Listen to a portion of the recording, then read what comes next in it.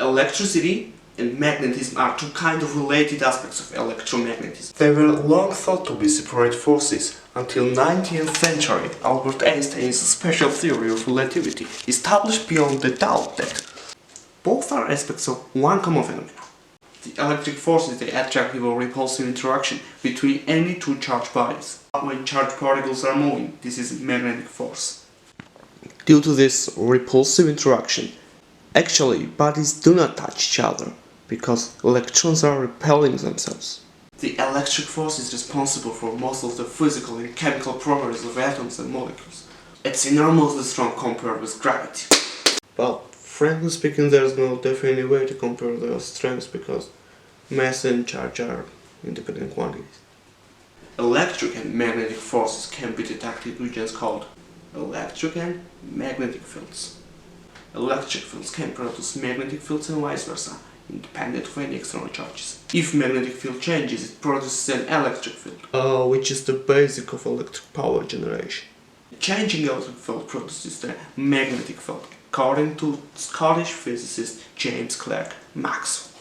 The mathematical equations formulated by Maxwell incorporated light and wave phenomena into electromagnetism.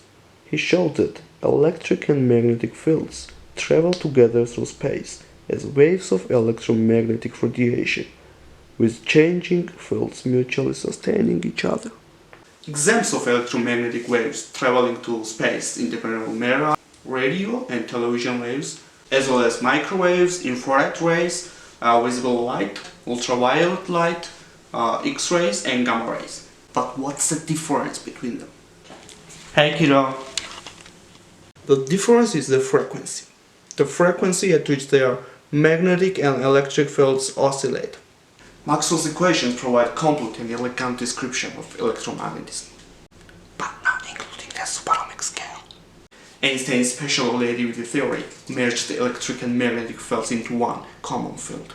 Until the 1960s, the gravitational and electromagnetic forces were the only fundamental forces. Then physicists discovered the strong force, responsible for the energy released in nuclear fusion, and the weak force, observed in the radioactive decay of unstable atomic nuclei.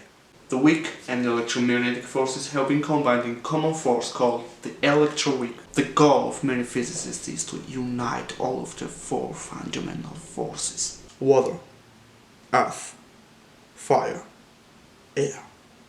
And finally, thanks for watching, and don't forget to subscribe to Purify.